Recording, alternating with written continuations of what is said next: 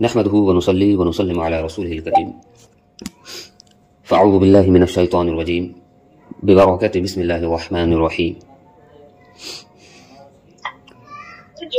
گزشتہ درسوں میں قاعدہ اولا اور قاعدہ آخرہ کے تعلق سے گفتگو ہو رہی ہے۔ کل کے درس میں جو مسائل بیان کیے گئے تھے، بہت ہی اہم مسائل بیان کیے گئے تھے، ان مسائل کو اچھے طریقے سے آپ لوگوں کو سمجھنا چاہیے، اور امید کرتے ہیں کہ سارے لوگ ان مسائل کو اچھے طریقے سے سمجھ گئے ہوں گے۔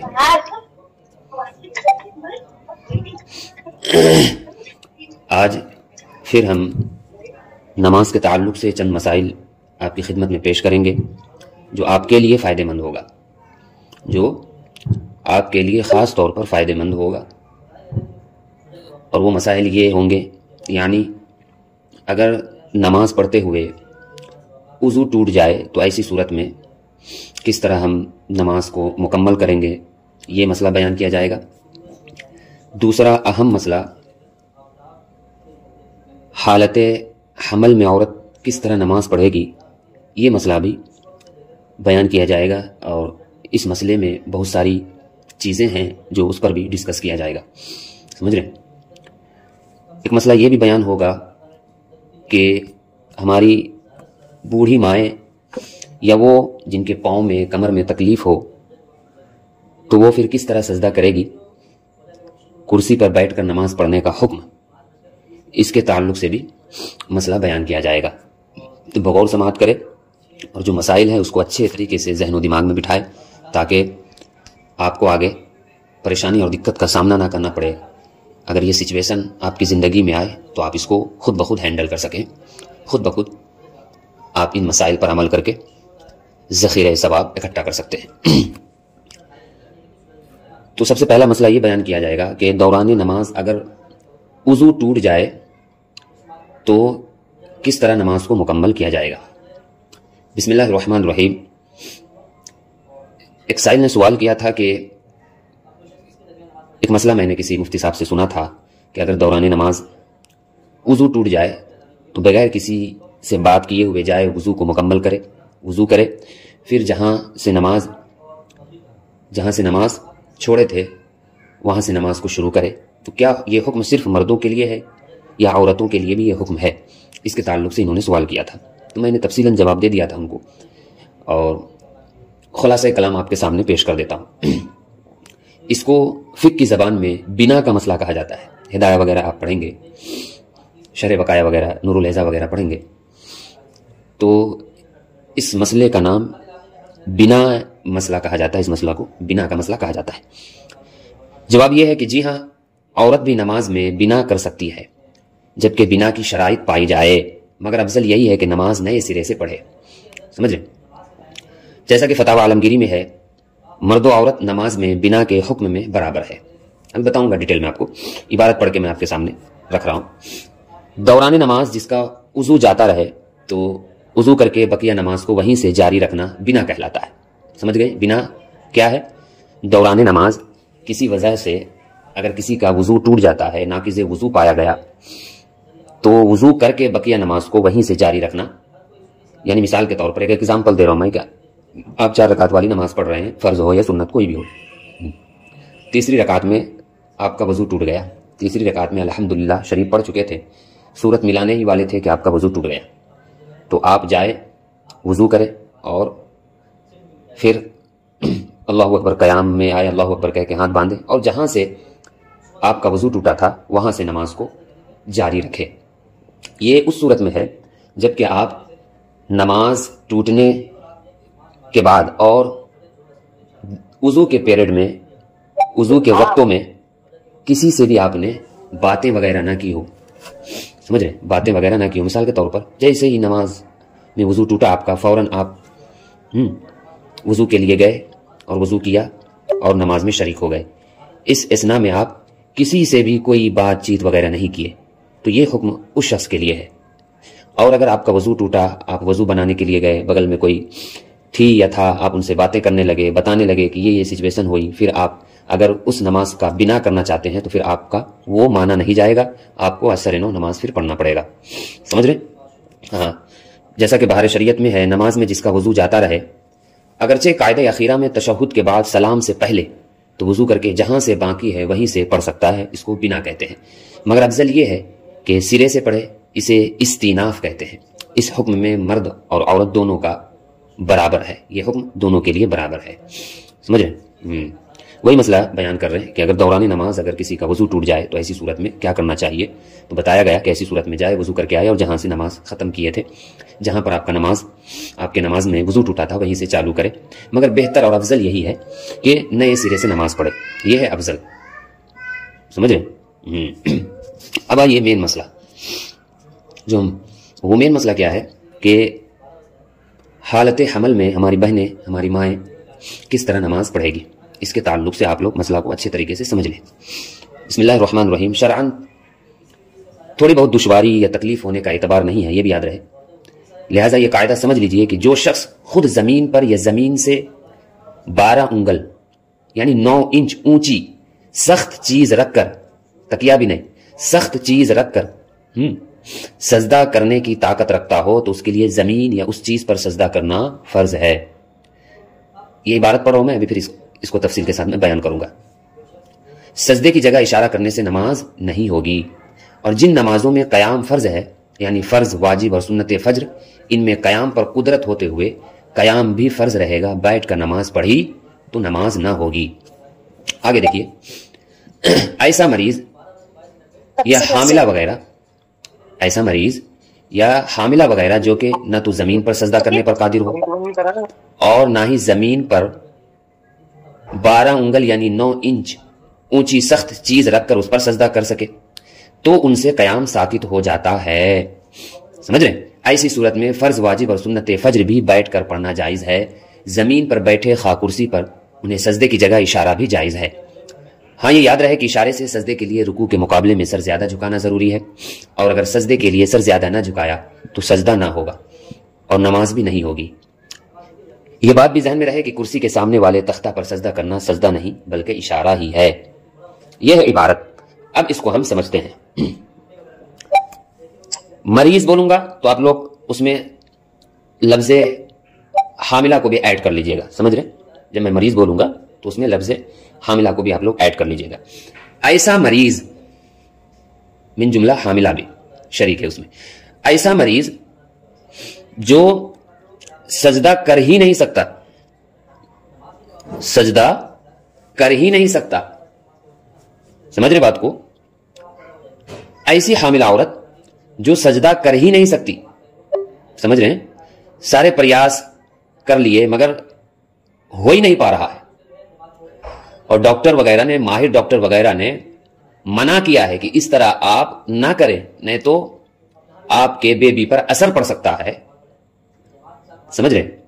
تو ایسی صورت میں ہماری بہنیں کس طرح نماز پڑھے گی، ایسی صورت میں ہماری بہنیں کس طرح نماز پڑھے گی وہ بیان کیا جاتا ہے کہ ایسی صورت میں آپ کو 2 اختیار دیا جاتا ہے. پہلا اختیار تو یہ دیا جاتا ہے کہ سجدہ کرنے کی جگہ جہاں پر آپ سجدہ کر رہے ہیں اس کو تھوڑا اونچا کر لے، اس کو تھوڑا اونچا کر لے. پھر اونچا کتنا ہونا چاہیے یہ بھی بیان کیا گیا کہ کم سے کم 9 انچ اونچا ہونا چاہیے. 9 انچ حد ہے. یہ کم سے کم بھی ہٹا دیجئے، 9 انچ یہ حد ہے. تقریباً 12 یا 13 انچ کا ایک فٹ ہوتا ہے، شاید 12 ہی انچ کا ایک فٹ ہوتا ہے. تو 1 فٹ سے کچھ کم اتنا اونچا کر کے آپ اگر سجدہ کر سکتے ہیں تو سجدہ کریں گے. اگر اتنے اونچائی میں بھی آپ سجدہ نہیں کر سکتے ہیں تو ایسی صورت میں اشارے سے نماز پڑھنا پڑے گا. آپ کو اشارے سے آپ کے لیے نماز پڑھنا جائز ہوگا. سمجھ رہے ہیں بات کو؟ پھر ایک بار میں آپ کے سامنے پیش کرتا ہوں. ایسا مریض جس میں حاملہ عورت بھی شامل ہے، جو سجدہ کر ہی نہیں سکتا، جو سجدہ کر ہی نہیں سکتا، تو اس کے لیے 2 اختیار ہے. ایک یہ کہ جہاں پر آپ سجدہ کرنے والے ہیں وہاں تھوڑی اونچی جگہ کچھ سخت چیز رکھ دے، اونچی جگہ کوئی سخت چیز رکھ دے.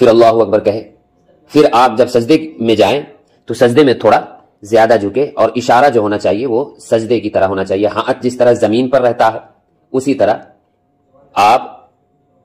آپ کو ہاتھ اسٹریٹ رکھنا ہے، یعنی ہوا میں رکھنا ہے سجدے کی طرح، کہ معلوم ہو کہ یہ حالت سجدہ میں ہے، معلوم ہو کہ یہ حالت رکوع میں ہے. اس طرح آپ کو ہاتھ رکھنا ہے، یعنی جس طرح آپ رکوع میں ہاتھ رکھتے ہیں اسی طرح آپ بیٹھ کر جب نماز پڑھ رہے ہیں تو اسی طرح آپ ہاتھ رکھیں. جس طرح آپ سجدے میں ہاتھ رکھتے ہیں تو آپ اگر بیٹھ کر اشارے سے نماز پڑھ رہے ہیں تو آپ اسی طرح ہاتھ رکھیں، اور وہ تسبیحات وغیرہ جو ہیں اس کو پڑھیں.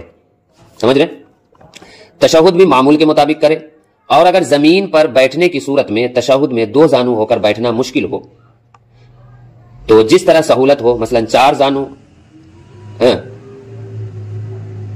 یا پاؤں پھیلا کر جس طرح سہولت ہو بیٹھ سکتے ہیں. یہاں پر ایک مسئلہ اور ذکر ہو رہا ہے، اس کو بھی اچھے سے سنیں. مثال کے طور پر مانڈی مار کر بیٹھنا یا پاؤں پھیلا کر بیٹھنا حالت نماز میں اس شخص کے لیے جائز ہے جو 2 زانو ہو کر نہیں بیٹھ سکتا ہو. جو 2 زانو ہو کر نہیں بیٹھ سکتے ہو تو وہ مانڈی مار کر نماز پڑھے. اگر مانڈی مار کر بھی وہ نماز نہیں پڑھ سکتا ہے تو وہ پاؤں کو پھیلا کر نماز پڑھے. بتائیے نماز کتنی اہمیت والی عبادت ہے کہ کسی حال میں بھی معاف نہیں ہے بھائی، مگر ہم لوگ ہلکے پھلکی بیماری کی وجہ سے اس کو اگنور کر دیتے ہیں. ہر صورت میں آپ کو شریعت ہے نا آپ کی اصلاح کر رہی ہے کہ اگر آپ اس طرح نہیں کر سکتے تو اس طرح کرے، اگر اس طرح بھی نہیں ہو رہا ہے تو اس طرح کرے، اگر اس طرح بھی نہیں ہو رہا ہے تو اس طرح کرے. یہاں تک بیان ہوتا ہے کہ اگر بیٹھ کر مانڈی مار کر پاؤں پھیلا کر بھی نماز نہیں پڑھ رہے ہیں تو سو کر نماز پڑھنے کا حکم دیا گیا ہے. اللہ اکبر. سو کر نماز پڑھنے کا حکم دیا گیا. اللہ اکبر. تو کسی حال میں نماز معاف نہیں ہے پیارے. واضح رہے کہ جو شخص زمین پر سجدہ کرنے پر قادر نہ ہو اس کے لیے قیام پر قدرت ہونے کے باوجود قیام فرض نہیں. لہٰذا ایسا شخص کرسی پر یا زمین پر نماز ادا کر رہا ہو تو اس کے لیے دونوں صورتیں جائز ہے. قیام کی حالت میں قیام کرے اور بقیہ نماز بیٹھ کر ادا کرے، یا مکمل نماز بیٹھ کر بغیر قیام کے ادا کرے. ایک صورت یہ ہے کہ جو شخص زمین پر سجدہ کرنے پر قادر نہ ہو، یعنی کرسی پر وہ سجدہ کرتا ہے، زمین پر سجدہ کرنے کی طاقت اس کے اندر نہیں ہے، تو ایسی صورت میں اس کے لیے، لیکن وہ کھڑا ہو سکتا ہے لیکن رکوع نہیں کر سکتا، سجدہ نہیں کر سکتا، تو ایسی صورت میں کس طرح نماز پڑھے؟ صرف کھڑا ہو سکتا ہے، رکوع اور سجدہ نہیں کر سکتا ہے، تو ایسی صورت میں کس طرح نماز پڑھے؟ تو اس کے لیے بیان کیا جا رہا ہے کہ ایسی صورت میں حکم اس کے لیے 2 ہے. وہ یہ کہ چاہے تو پوری نماز وہ بیٹھ کر نماز پڑھے، چاہے تو وہ کھڑے ہو کر نماز پڑھے اور رکوع اور سجدہ اشارے سے کرے، بیٹھ کر کرے. سمجھ رہے ہیں؟ یہی ہے مسئلے کا خلاصہ. اس فرضیت قیام کی اہمیت کا اندازہ اس بات سے لگا لیجئے کہ جماعت سے نماز پڑھنے کے لیے جائے گا تو قیام نہ کر سکے گا، گھر میں پڑھے تو قیام کے ساتھ پڑھ سکتا ہے. تو شرعاً حکم یہ ہے کہ گھر میں قیام کے ساتھ نماز پڑھے. اگر گھر میں جماعت میسر آ جائے تو فبیہا، ورنہ تنہا ہی قیام کے ساتھ گھر میں نماز پڑھنے کا حکم ہے. اللہ اکبر. یہ مسئلہ دیکھیے، کھڑے ہو کر نماز پڑھنے کی کیا اہمیت ہے، اس کا اندازہ آپ لگائیے کہ اگر کوئی شخص گھر میں کھڑے ہو کر نماز پڑھ سکتا ہے لیکن جماعت میں مسجد میں جا کر کھڑے ہو کر نماز نہیں پڑھ سکتا، جانے میں اس کے پیٹھ وغیرہ میں، پاؤں وغیرہ میں بہت زیادہ درد ہو سکتا ہے جس کی وجہ سے وہ کھڑے ہو کر نماز نہیں پڑھ سکتا، تو بتائیے کہ اس کو یہ حکم دیا گیا ہے کہ مسجد میں جماعت کے ساتھ نماز پڑھنے کو چھوڑ دو، گھر میں کھڑے ہو کر نماز پڑھو. اللہ اکبر. سمجھ رہے؟ یہ ہے قیام کی اہمیت. ایک حدیث پاک سماعت کرے، بخاری شریف کی یہ حدیث ہے. نبی پاک صلی اللہ علیہ وسلم ارشاد فرماتے ہیں، حضرت عمران بن حسین رضی اللہ عنہ سے روایت ہے، فرماتے ہیں کہ مجھے بواسیر کی بیماری تھی تو میں نے اللہ عز و جل کے رسول صلی اللہ علیہ وسلم سے اس مرض میں نماز کے متعلق سوال کیا تو آپ صلی اللہ علیہ وسلم نے فرمایا، کھڑے ہو کر نماز پڑھو، اگر تمہیں اس کی طاقت نہ ہو تو بیٹھ کر، اور اگر اس کی بھی طاقت نہ ہو تو کروٹ کے بل لیٹ کر پڑھو. اللہ اکبر. کسی صورت میں نماز معاف نہیں ہے. اگر کھڑے ہو کر نہیں پڑھ سکتے تو بیٹھ کر بھی نماز نہیں پڑھ سکتے تو پاؤں کو پھیلا کر پڑھیں، پاؤں کو پھیلا کر بھی نماز نہیں پڑھ سکتے تو لیٹ کر نماز پڑھیں. فقہ کی ایک مشہور و معروف کتاب ہے کنز الدقائق، مفتیان کرام کو یہ پڑھائی جاتی ہے. اس میں مریض کے تعلق سے مسئلہ ذکر ہے، وہ بھی سماعت کر لے کہ مریض پر اگر قیام کرنا متعذر ہو، یعنی مریض قیام نہیں کر سکتا، عذر ہو اسے، یا اسے قیام کرنے کی صورت میں مرض بڑھ جانے کا خوف ہو، تو بیٹھ کر رکوع و سجود کے ساتھ نماز ادا کرے. اور اگر حقیقتاً رکوع و سجود بھی متعذر ہو تو اشارے سے نماز پڑھے، اور سجدے کا اشارہ رکوع کی بنسبت پست کرے،